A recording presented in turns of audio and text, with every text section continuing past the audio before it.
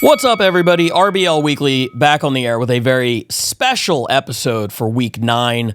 It's special because we are recording this mere hours after the Tom Brady roast.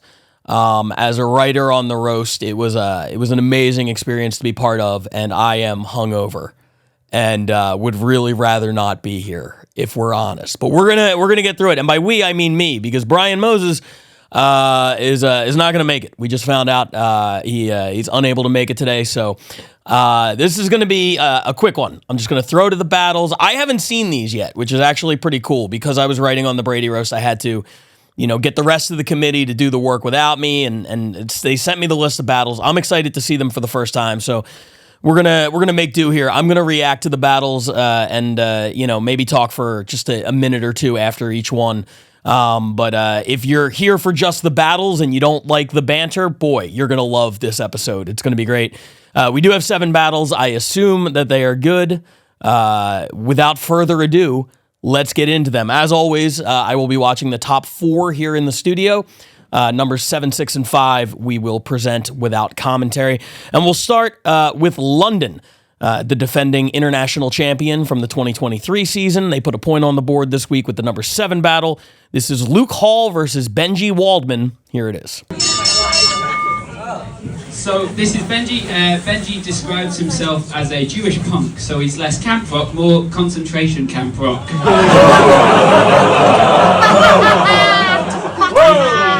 He's also a stoner, so when he wants to feel close to his granddad, he just hotboxes his shower.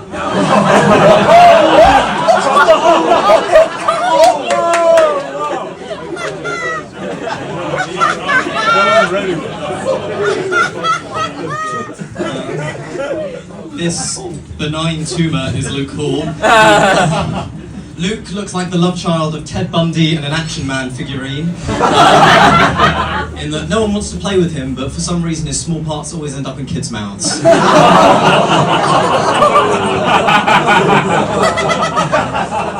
Thank you for that one, Jew Jonas, brother. Someone's saying it at the back. We know Benji smokes weed, but he also has depression, so he loves to get high and then think about jumping off. He also lives with his parents, so he'd kill himself if it wasn't Turkey Dinosaur Night. He's better like dinosaurs. Luke has a protruding brow and a shit sense of fashion. He looks like a caveman thawed out from the ice and robbed a Hollister. Which is rich, coming from a ball of pubes that discovered Urban Outfitters. Benji looks like he vapes queefs.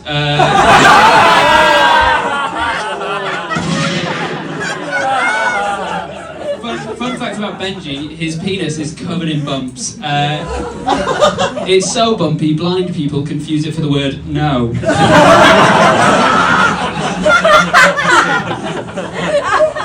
Ripped for her pleasure. Luke's from Leeds. He's from Leeds and I actually went to university in Leeds, and I can only imagine how hard it must have been for you to see thousands of posh London boys coming up every year and just running rampant in your city, doing drugs, drinking, and fucking your mother in the Wetherspoons toilet. Yeah, man, my mum fucks.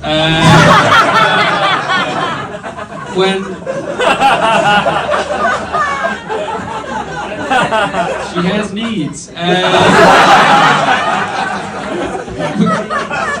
When Benji's not cry-wanking over Ben Howard, he works on the team that developed Alexa, which is a nice change from him working on underdeveloped girls. Luke has a lovely warm smile and a deep sadness in his eyes. He looks like the best behaved sex slave in the dungeon. Luke looks like the kind of guy who'd get pressured into an open relationship and would use the opportunity to make more friends. Like my mother, I have needs.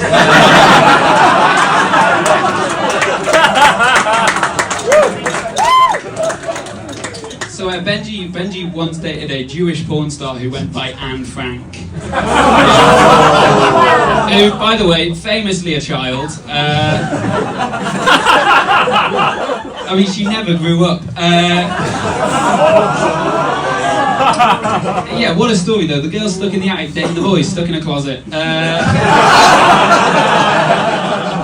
Sadly though, their relationship did go the way of their ancestors. Up in smoke.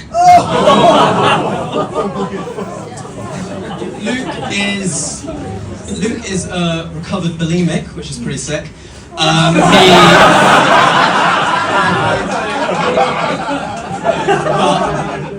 I think we can all say we're very glad that you recovered, because I actually have this reflex thing where if you threw up on stage, then I would call you a bulimic little bitch boy.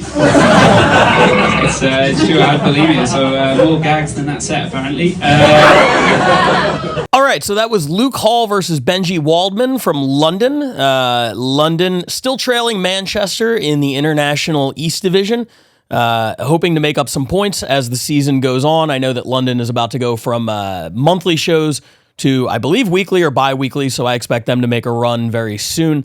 Also coming up, London versus Tokyo. The defending international champion, Shalaka Kurup, going to Tokyo to battle their reigning and defending champion, Jay Yamaki. That is going to be amazing. That's coming up very, very shortly, and I believe this week. I'm excited to see that one. Let's now go stateside for the number 6 battle. This is a city that has struggled a little bit. Hopefully this is the beginning of a turnaround for them. I'm talking about Denver. Denver, last place in the American West Division, the highly competitive American West. They put a couple points on the board this week for this battle. This is an RBL favorite, Spaghetti Jake, going against Big Mike. It's live from Denver. Here it is. Let's fucking go. Spaghetti Jake, you shitty Italian restaurant. You obviously come with way too big of portions of pasta and a sauce that no one willingly wants to swallow.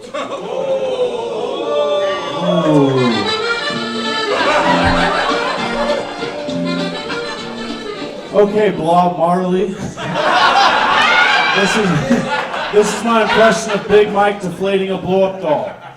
No woman, no cry. No woman, no cry. All right, Chris Bartley. If you were actually Italian, your catchphrase would be like, "It's a me, a diabetes."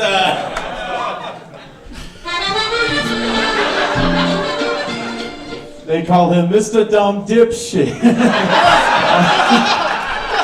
Did you know if you say child support 3 times, Big Mike will break through a wall and say, "Oh no."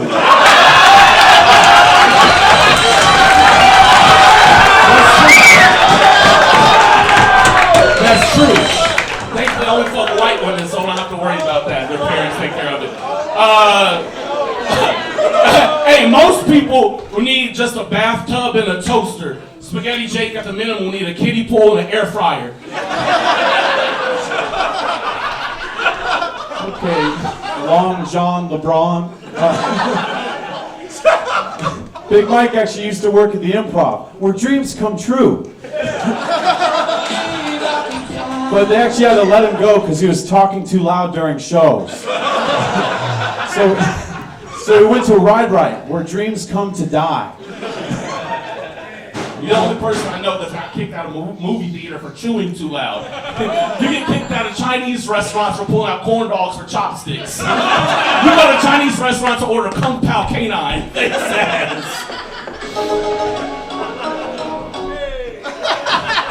The only time Big Mike is trying to hit a punchline is when he's attacking hecklers at open mics. Yeah, watch your fucking mouth.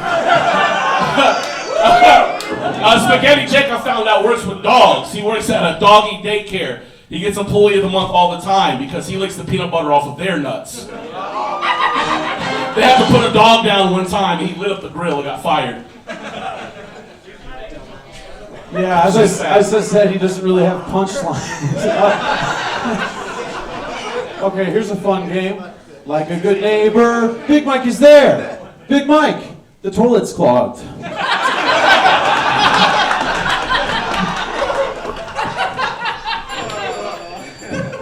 Spaghetti Jake, you Saint Bernard of a human, man. You obviously grew your race car bed out at the age of 8. You somehow still sleep in it. Is that because it's transformed to an 03 Honda Civic with the Easy Bake Oven stuffed in the glove compartment? What does that mean? He sleeps in his car.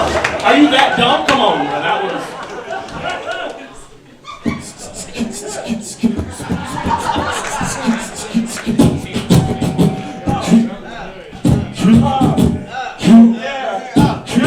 Big Mike looks like Joe's Crab's Shaquille O'Neal. I heard you only learn beatboxing so you can get discounts at Popeyes. Order the blackened shrimp because that's what reminds you when you have sex with black women. You look like Grimace if he started working at Popeyes.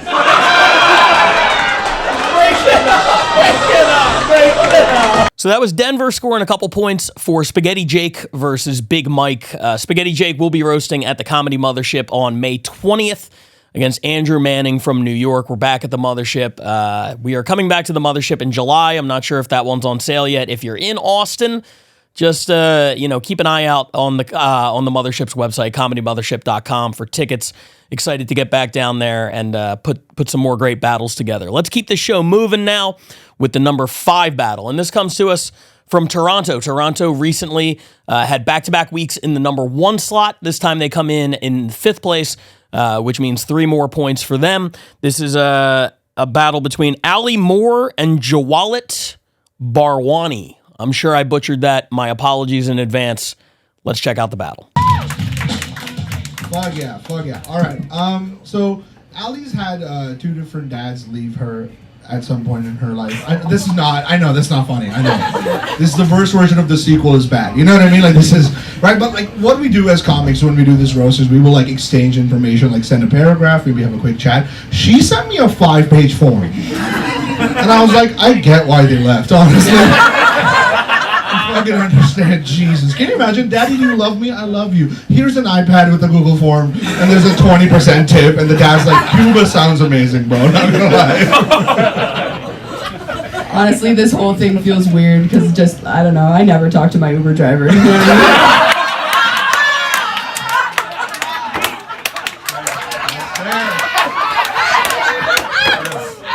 mean? I'll give him 5 stars. Wallet has been fucked by so many American guys. His nickname is American Express. What's in your wallet?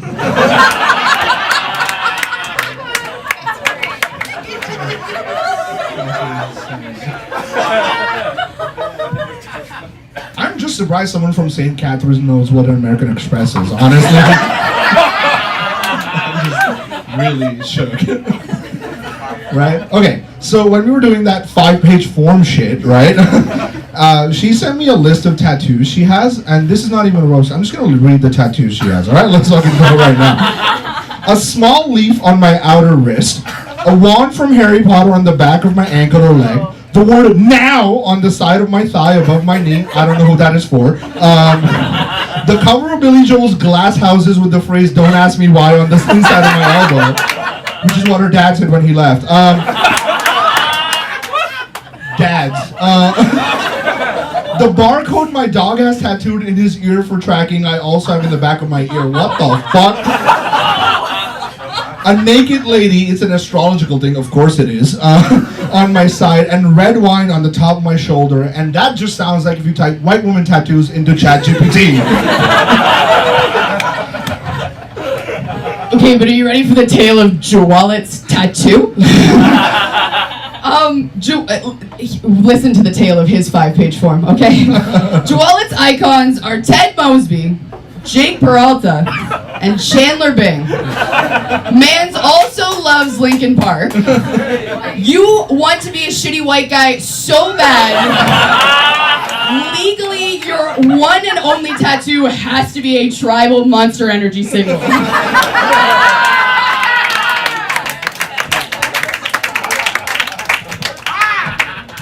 That's fair.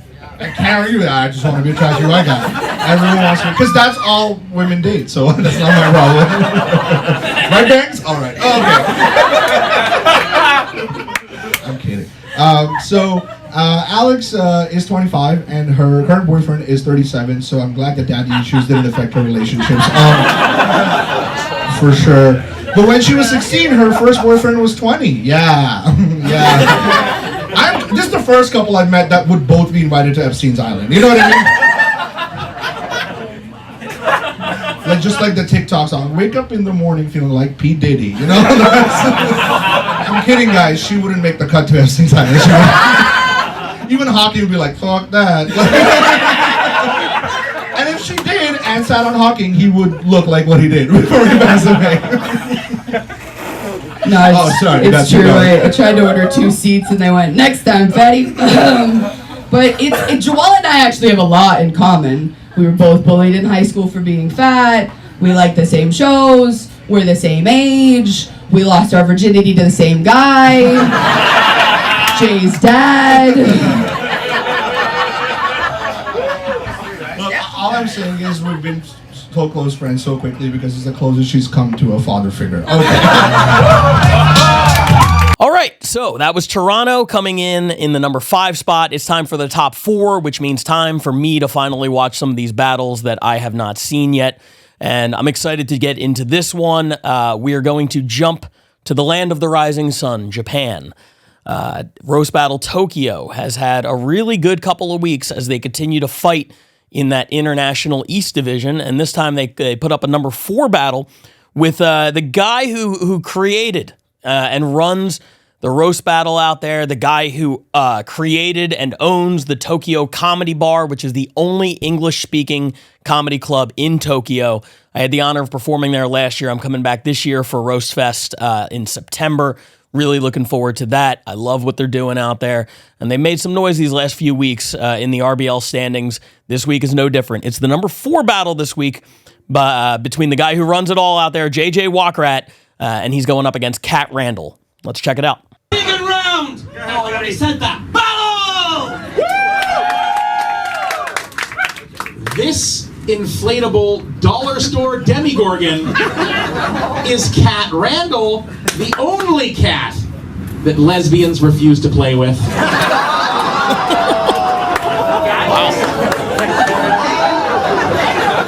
Cat, if you're here, who's out there telling black people who they are and aren't allowed to vote for?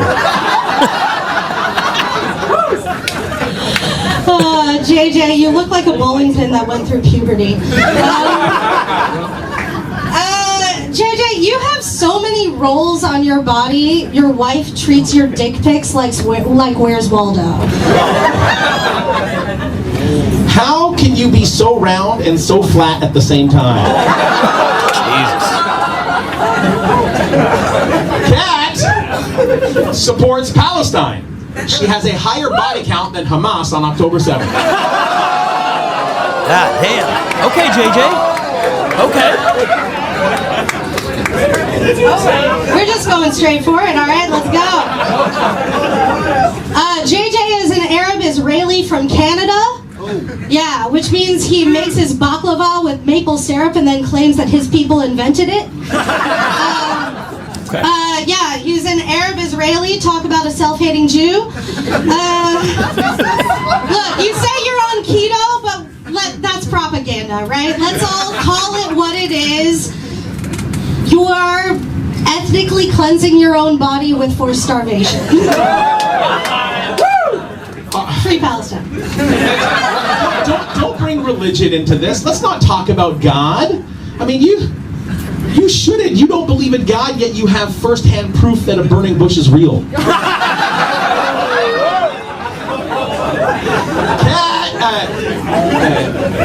Kat has an amazing wife who's extremely supportive. She always comes with her to the Tokyo Comedy Bar, but never does stand-up. Kat's wife is a lot like her uterus, an important part of her that never gets to perform.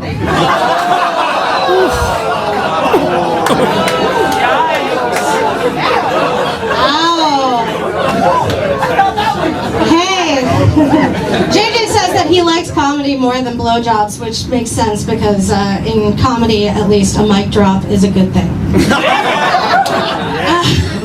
That wasn't a joke. Yeah, you call your belt the separation wall, or you would if you wore a belt.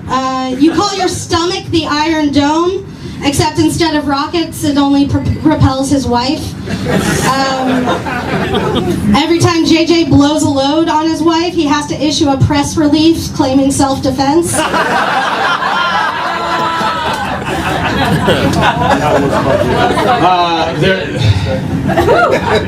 I feel like there was more fat on that joke than on either one of us.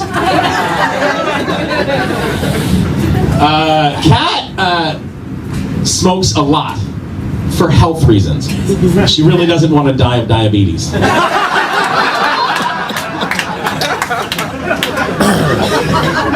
Dude, you have the body of a thumbs up emoji.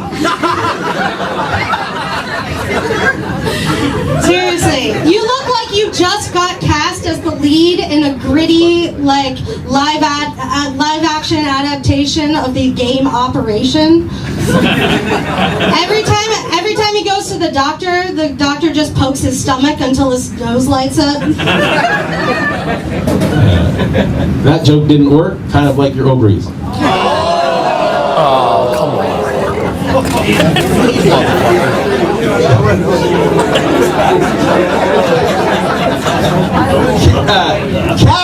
Kat is a fantastic comedian, and like she has a bit that is incredible.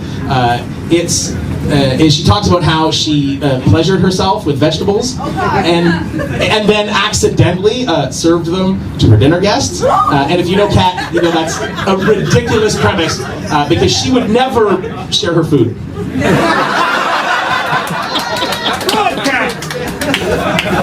Spoken like a guy who would ever eat salad.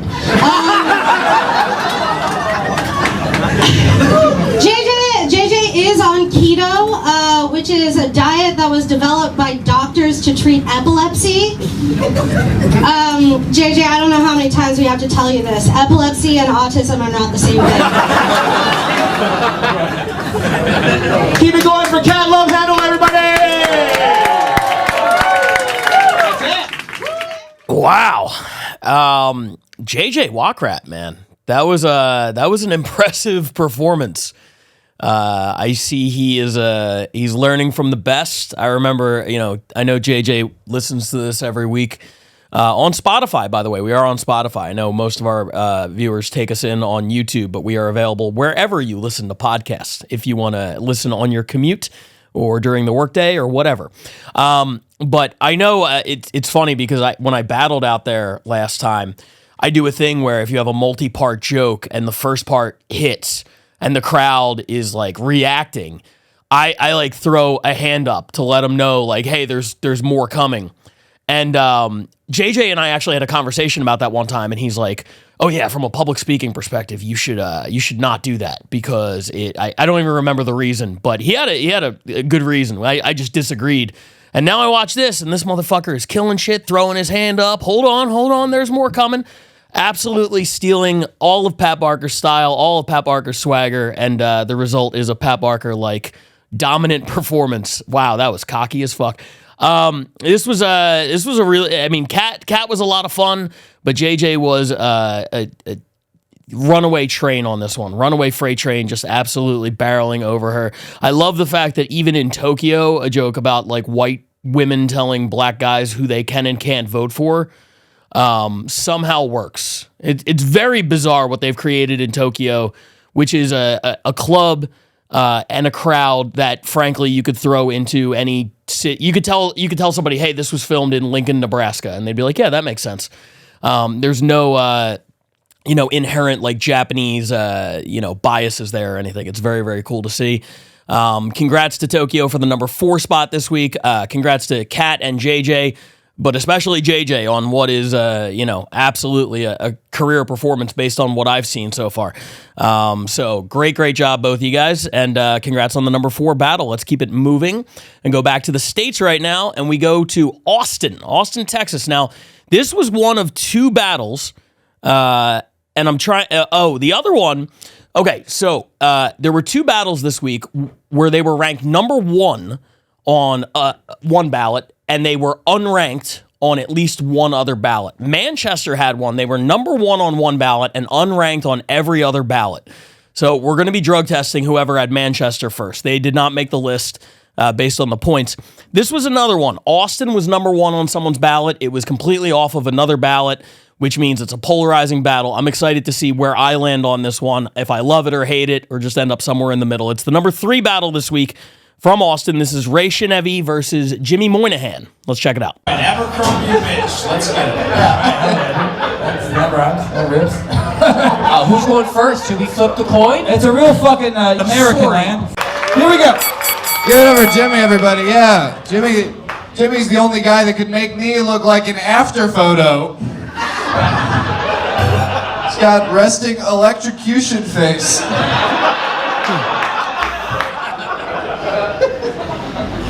Ray looks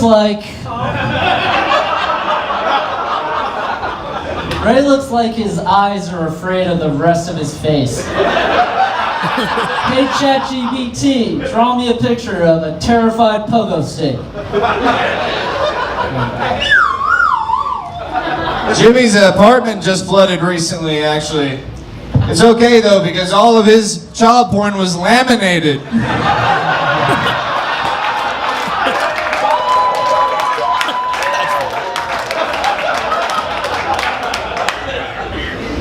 You ghoulish looking creep. Ray looks like a ghost who only haunts women's locker rooms. Jimmy looks like he says the N-word after perfectly parking a car.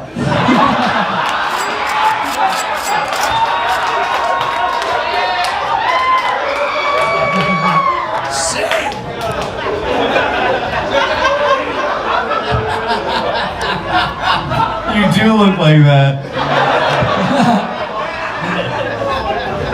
Ray actually says that people tell him all the time that he looks like Tobey Maguire. Is that why when you're about to roofie a woman at a bar, you say my spidey senses are tingling? Yeah, and then I shoot the fucking web. Alright, GG. Alright, thank you. Jimmy's dad was a safety inspector, and his parents actually didn't mean to have him. Yeah, afterwards they had to set the sign back to 0 days without an accident.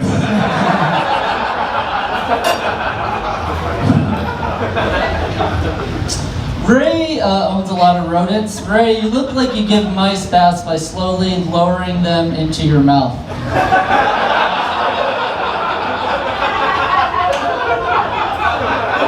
Wait, Yeah. No, those are mine. Sorry. Jimmy, if you're here, who's calculating the radius of a little girl's butthole? Thank you. All right. Ray looks like when he ejaculates, drool comes out.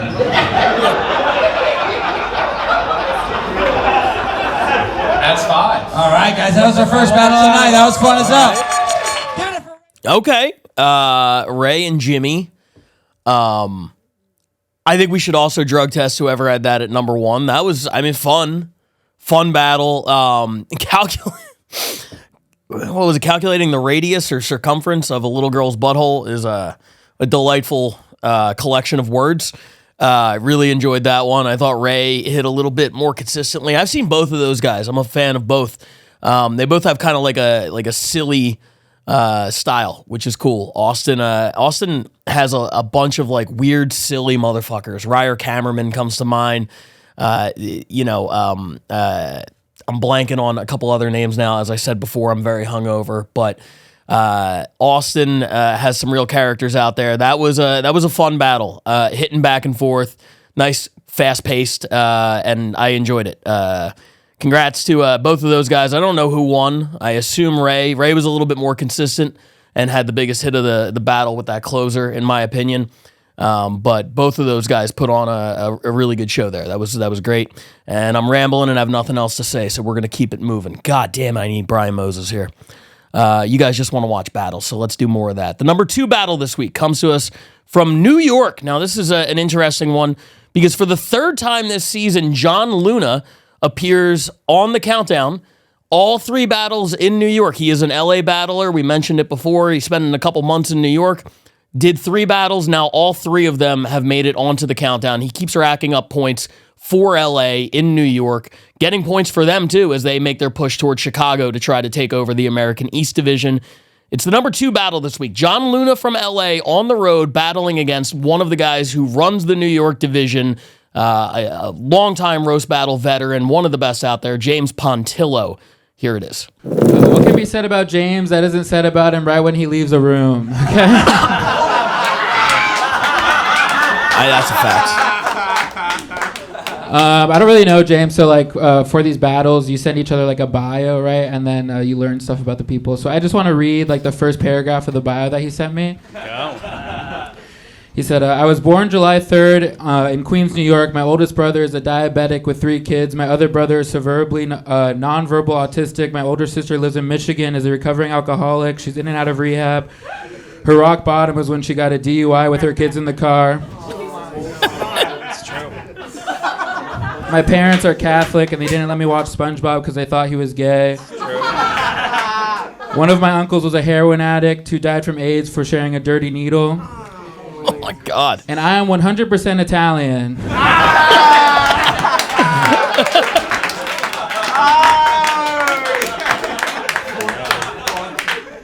That is so fucked up that he's Italian. That sucks. Okay, yeah. Doesn't it suck that your funniest jokes were written by me? Great rebuttal. We're not done yet.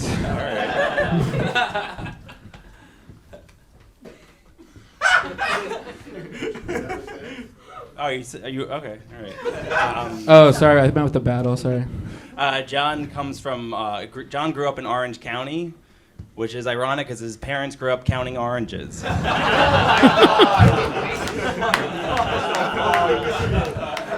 Yeah, we'll make this quick. James needs to get back to waving at kids on the subway. So.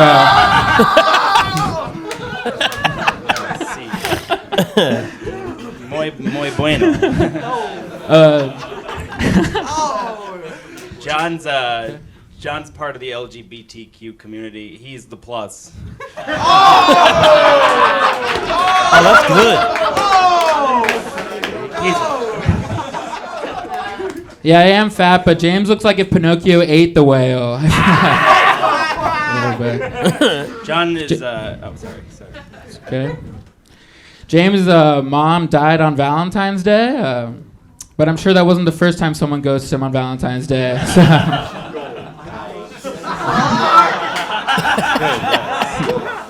Muchos gracias. Okay. John's on the keto diet. Oh no, sorry. John's on the taquito diet. Yeah, they're having so much fun these days. It's a little weird, honestly.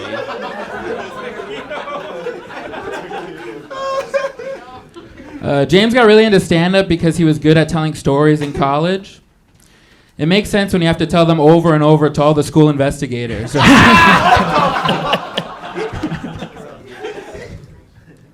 John's from LA. Huge fan of the Clippers. He actually used them to cut my hedges this week.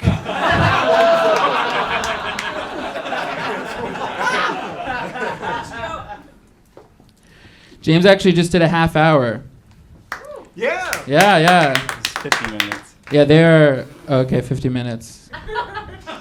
Yeah, they're really late. They really light on jail time for rape these days. No. James isn't a sex offender, which I think is good, because then all of his neighbors would have to talk to him. So that would be awful. John looks like when he bursts through a wall, he yells, "OC!" Good stuff. Number 2 battle, James Pontillo, John Luna. My favorite part of the battle was when James said John is from LA and he's a big fan of the Clippers. And you saw how John reacted, immediately motioning, "No, that's not true. That's bullshit." It's the most insulting thing you could say to somebody from LA, is that they're a fan of the Clippers. All the things that were said in this battle, all of the horrible accusations of, rape and pedophilia, I assume. I don't really remember, but there were a lot of heavy accusations flying around, but somehow this guy roots for the Clippers was the worst of all. Solid joke writing on both sides. These guys are both veterans of the game. We've seen them on the countdown a bunch. They both obviously know how to write jokes. Nice little back and forth, fast-paced battle. Really enjoyed it. John Luna doing work on the East Coast. He's back in LA now. I saw him at the Comedy Store last night. Excited to get him back on stage here out in LA. And James Pontillo has put up some of the best battles we've seen on this podcast last season and now into this season. So great job, both you gentlemen. And without further ado, let's jump into the number one battle. I'm really excited to see this one. This was a semifinal for the California Cup. Last week we saw Deeptanshu Jha from the Bay Area defeating Mini El Tayeb from San Diego. This was the other semifinal, another Bay Area versus San Diego battle.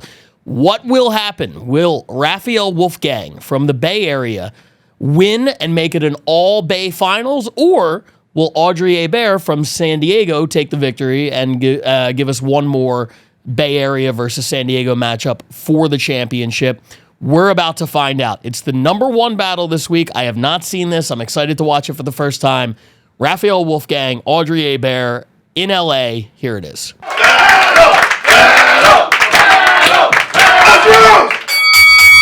Raphael kind of looks like if the Bob's Big Boy mascot had sex with a Chuck E. Cheese rat, leaving children confused and disappointed.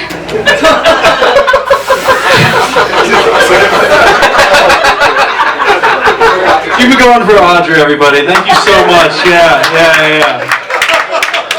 Thank you so much for taking a break from admiring the horse posters in your bedroom to be here. In fact, Audrey's a major horse girl. Her boyfriend actually thinks she might be a horse whisperer. Every time they have sex, all he can hear is her pussy going.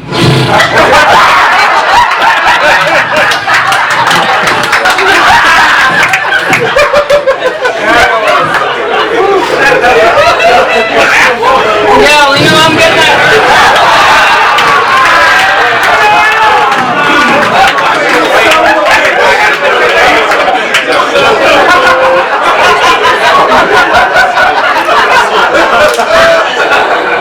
You better believe I'm getting that horse cock, okay?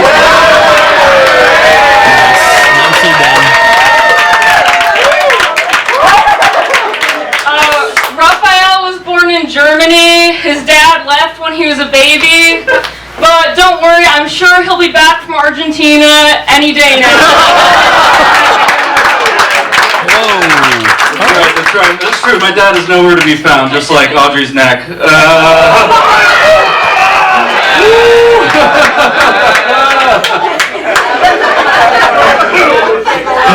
Oh my God! Doesn't Audrey look like she lost her virginity in a PT Cruiser?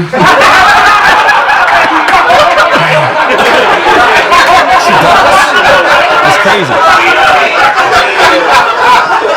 I wish I'd lost my virginity inside.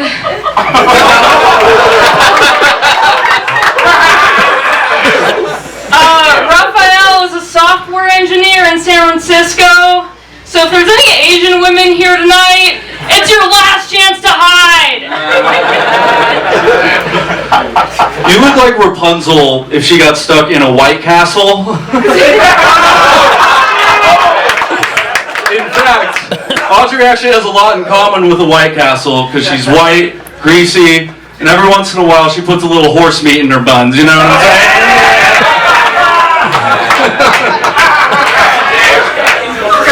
Okay, buckle fat is where the jokes are stored. Raphael told me that he does water polo. Yeah, he saw a flyer in the Castro one day for an all-boys water sports play party. And he's been going back every week. Keep it going for Goldilocks and the 3 out of 10, everybody.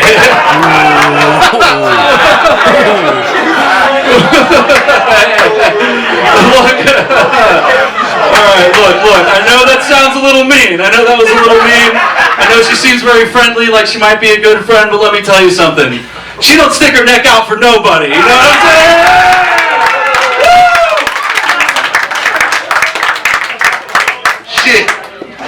You know, oh, do I? Okay, usually, I think it's nice that Raphael's trying stand-up, but usually when tech guys want to make people think they're funny, they start with something easier, like buying Twitter.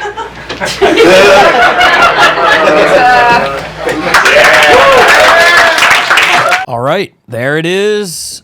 The number one battle of the week, Raphael Wolfgang versus Audrey Hebert. Raphael Wolfgang pulling off a flawless victory, advancing to the finals of the California Cup, where he will battle fellow Bay Area great Deeptanshu Jha.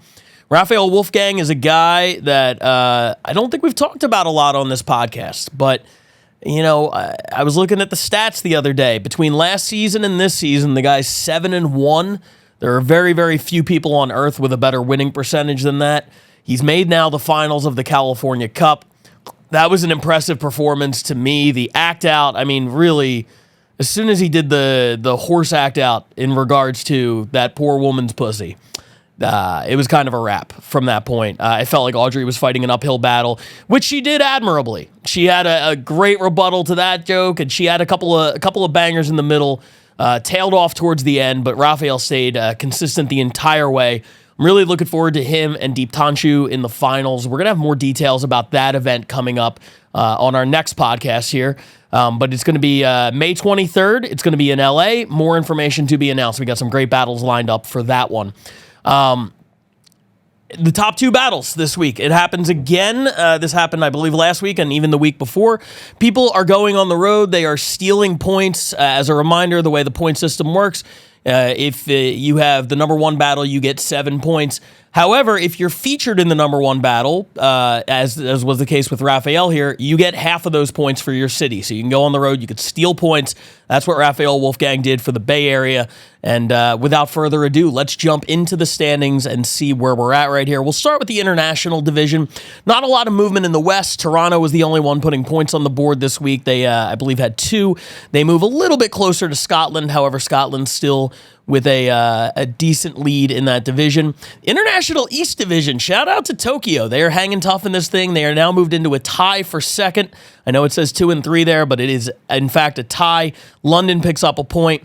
That is the most up for grabs division in my mind. Manchester is on top with 22 points. However, compared to the other division leaders, that seems like the most gettable. I'm excited to see how that one proceeds with the rest of the season. Let's check out the American side of things right now. Los Angeles, my God, big week for LA. They get the number one battle, and they are also featured in the number 2 battle, which is a total of 10 points. They extend their lead even further, not only over the rest of the American West Division, but the number 1 overall seed in the entire league. They are now up to 42.5 points. Austin picks up 5 to jump up to 25. The Bay Area gets those 3.5 for the main event. And Denver picks up a couple. So everybody in the American West Division scores this week. It was a good week for them. The American East Division, good week for New York. Everybody else, Chicago, dormant again. Dominant for 6 weeks, off the board completely for the next 3. New York moves within a half a point of Chicago. Just 3 weeks ago, this seemed like a race that was already close to being over. Chicago seemed like they were running away with it. New York pacing themselves, putting points on the board every week. They are now within a half a point of Chicago in the American East Division. Well, listen, guys, thank you for surviving this episode. I certainly missed having my good friend Brian Moses here. Next week, I assume we will be back to normal. I'm excited for that. This was a good week of battles. It was a lot of fun to watch. I hope you guys enjoyed it as well. So thanks for tuning in, and we will see you next time on RBL Weekly. In the words of the great Brian Moses, let's roast.